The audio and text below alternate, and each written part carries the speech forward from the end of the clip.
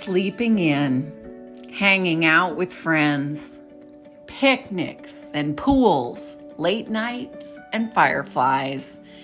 Ah, summer.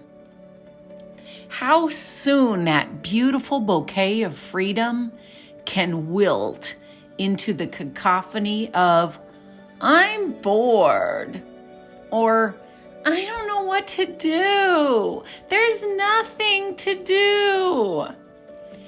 This summer, let's try to keep that freedom fresh and fun with some measured words from Scripture. This is a Measured Words Podcast, episode 28, and I am your host, S.J. Baldridge. Today, we will continue looking at those 3 verses from Scripture that we introduced in episode 27, the first part of School's Out, Now What? Now, I did say this episode is for our youth, but of course, we will let parents listen along with us. The adults already heard the 3 verses, but we will now share them with all. In addition to the verses, we are also going to introduce 7 low-stress activities and habits that will help us have a memorable summer. First, let's recap those verses. The first one was from Luke 2:52. And Jesus grew in wisdom and in stature and in favor with God and man. Then Micah 6:8 is our second passage. He has shown you, O mortal, what is good. And what does the Lord require of you? To act justly and to love mercy and to walk humbly with your God. And finally, our third verse, Daniel, it's only part of a verse from Daniel 1:8. But Daniel resolved. Just those 3 words. Daniel resolved. He determined. He was steadfast. He was tenacious about his decision. Resolved means he decided. So, we have decided that we're going to have this summer look different from the past and maybe implement these passages as an anchor and these 7 activities to help us have a wonderful summer. We are going to grow this summer, and that's exciting. Let's think about that growth. Let's think about the fact that we will grow mentally, physically, and spiritually. Yes, each activity that we do or do not do guides our growth. Playing chess, certainly a challenge mentally. Eating Cheetos on the couch all day while binge watching reruns on TV, a different kind of growth physically. Let's make some good choices for ourselves. We have our verses as a guide. Now, what are these 7 activities? Here we go. Number 1, we are going to start with spiritual growth because this is what can certainly be neglected during our busy school months when we are spending so much time on our education. Number 1, read the Bible. Start maybe with one of the gospel accounts of Jesus' life, Matthew, Mark, Luke, or John. Decide on one and stick with it. I might recommend beginning with John, but you get to pick. Pray to God about passages you don't understand. In James, the verse, I believe it's James 1:7. I should have looked it up to be sure, but James 1:7. If any of you lack wisdom, let him ask God who gives readily without finding fault. So pray and read. That's our number 1. Number 2, plan challenges for yourself. This follows the verse from Daniel. Daniel resolved. Let us resolve, decide to challenge ourselves. The fun in this is that we can pick so many areas to create challenges, and we get to pick the parameters. Do we want a challenge that lasts all summer, whereas an additional challenge might last just a week? So let's challenge ourselves. Another verse that supports this is, "For the spirit God gave us is not a spirit of timidity, but one of power and of love and self-discipline." Growing in self-discipline is a challenge in itself. Self-discipline means that we don't get to just do whatever we want, whenever we want, because we actually take time to think of the pros and the cons. We are weighing the costs. We are deciding if this is truly helping us grow in wisdom and in stature and in favor with God and man. Some examples of challenges might be, how long can you hold a plank? How many sit-ups can you do? How many Bible verses do you have memorized, committed to your memory? Do you know any words in a foreign language? Decide what you want to improve and create one or more challenges to be a part of your day. Create a chart to track your progress. Get friends or family involved to help keep you accountable and to make the challenges more fun. In our family, whether they liked it or not, it started out as fun. I'll just say that. We introduced a June marathon in our family years ago. And I'll put a link to the chart I created on my website. But the June marathon, it's simple. You're going to run the distance of a marathon, 26.2 miles, throughout the month of June. So clearly, if you walked, if you tried to run a mile, even a day, then you could easily finish it.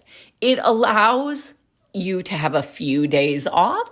It allows you to run more than one in a day. And obviously, you could do it as a family. You could just make it work for your family. You could certainly make it a July marathon if you wanted to. Our family started with June, and that's what carried us through. I think we tried to follow that up with a July, let's ride bike 50 miles kind of thing. So anyway, make it what you want, but talk with your family to help come up with challenges you all might want to try. I started with individual challenges at the beginning of this, but have a variety so that it kind of fits the strengths and or the weaknesses of each member of your family if you want to make it family challenges. So, number 1, read scripture. Number 2, plan challenges for yourself. Number 3, volunteer. Volunteer? Yes. Help others. That would certainly go along with Luke 2:52. Grow in favor with God and man. Jesus taught us to not just think about ourselves all the time. Jesus taught us to serve. How can we serve? We can use a simple 4-word phrase. Seriously, these 4 words put together can be music to a parent's ears. What are those 4 words? How can I help? Oh, how lovely. How can I help? You are showing that you are willing to offer assistance to someone, and you are not doing it expecting anything in return. That's a servant's heart. How can I help? That is what Jesus taught throughout his life on earth. Those who are older could volunteer in other ways as well. Maybe helping a neighbor, maybe assisting with Vacation Bible School or Sunday school. Parents, one way we handled this in our house when our children were young is that we labeled some popsicle sticks. SS meant secret servant, and a star or a dot meant that day they didn't have to be a secret servant. So we would each draw a popsicle stick to start the day. If your stick had the SS on it, your job was to select someone in the family to be a secret servant for. If you had a star, that day you didn't have to. What was amusing was that oftentimes when someone had a dot, they still tried to be a secret servant or do a secret servant activity for someone because we had made serving fun rather than an obligation or a chore. So let's volunteer. That's number 3. Number 4, I don't think it's just the English teacher in me, but visit the library. Why? One word, free. Libraries have so much to offer. In addition to the books, of course, they have reading programs for youngsters and teens alike. They are also a place where teens can volunteer. And again, I will mention that powerful word, free. Okay, we're already to number 5. Plan a family day. I know that our society kind of sometimes puts a big emphasis on planning a big vacation. While we were able to do that some of the time, or some years that just didn't work into the plans. So even family days, and several of them throughout the year, a Baldrige Day was a perfect way, sometimes in January, to liven up our dreary, cold days. But plan a family day. We called ours, of course, a Baldrige Day. Basically, it was just an outing day. Whether it meant to a lake, a state park, a little shopping, a water park, eating out, a farmer's market, a picnic in a park, or a combination or a variety of these, they created lasting memories. During this wonderful time of year, there are so many opportunities for these outside, from free concerts at parks to plays to exploring new trails. During these outings, try to share our family stories and memories with each other while we are making new ones. Okay, so let's recap 3, 4, and 5. 3 was volunteer. 4 was visit the library. 5, plan a family day. Number 6, create something. God created us in His image. God is a creator. Let us use the creativity God gave us to create a work of art or to develop a talent of ours. Too often in our scheduled school day lives, our creativity may be pushed to the side. Let's grab a few pieces of paper and write that story or children's book. Let's develop that graphic novel. Let's build a table. Let's paint a masterpiece we've been dreaming about. Let's write that song that has been floating in our mind. Let's learn to bake that 3-layered blueberry lemon cake. Possibilities are endless, but sit down and think about what haven't we tried? What are our talents or abilities that we'd like to foster? And let's learn. In Nebraska, we still have county fairs with an open class in which you can often enter some of these creations. This adds another layer to the fair, so it's not just a money pit of rides and funnel cakes. There are a variety of categories from artwork to photography to baking to Lego categories. Check out what opportunities your area provides for this, and let's just create something. And number 7, let's grow something. From houseplants to a flower garden or a window box, from succulents to a garden, so much learning can happen with a simple plant or some seeds and a little dirt. Yes, It takes time and work and patience, but it is so worth it. So, 6 was create something, 7 was grow something. Why did I select these 7 activities? They remind us that we ourselves are growing. We are growing physically, mentally, spiritually.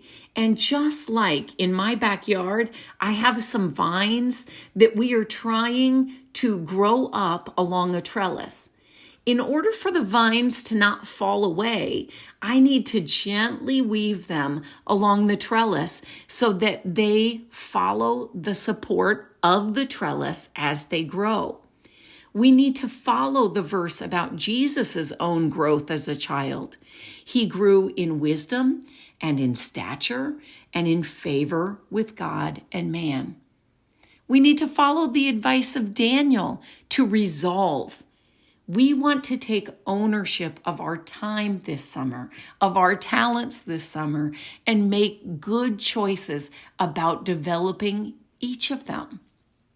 So, parents and students alike, let's shed our, dare I say, mindless ways this summer. With these 7 activities, we are deciding beforehand to fill our summer with mindful activities. Our summer is too precious to let it mindlessly scroll by. Let's recap our 7 activities. 1, read the Bible.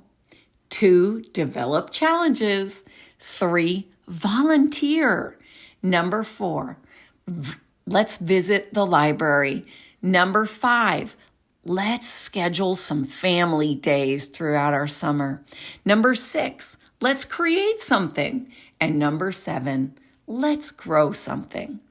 So to recap our 3 verses that can be used as anchors for our summer activities. First, Luke 2:52. And Jesus grew in wisdom and in stature and in favor with God and man. That's my hope for each of us this summer. Micah 6:8. He, meaning God, he has shown you, O mortal, what is good. And what does the Lord require of you? To act justly and to love mercy and to walk humbly with your God. And finally, just those 3 words of Daniel 1:8. But Daniel resolved. Summer, let us resolve to walk humbly with our God. Let us grow in wisdom and in stature and in favor with God and man. I'm S.J. Baldridge. I'm so glad you joined me. I value your time and your feedback. Please recommend the Measured Words podcast to your friends. In future episodes, we're talking fishing and camping. To God be the glory.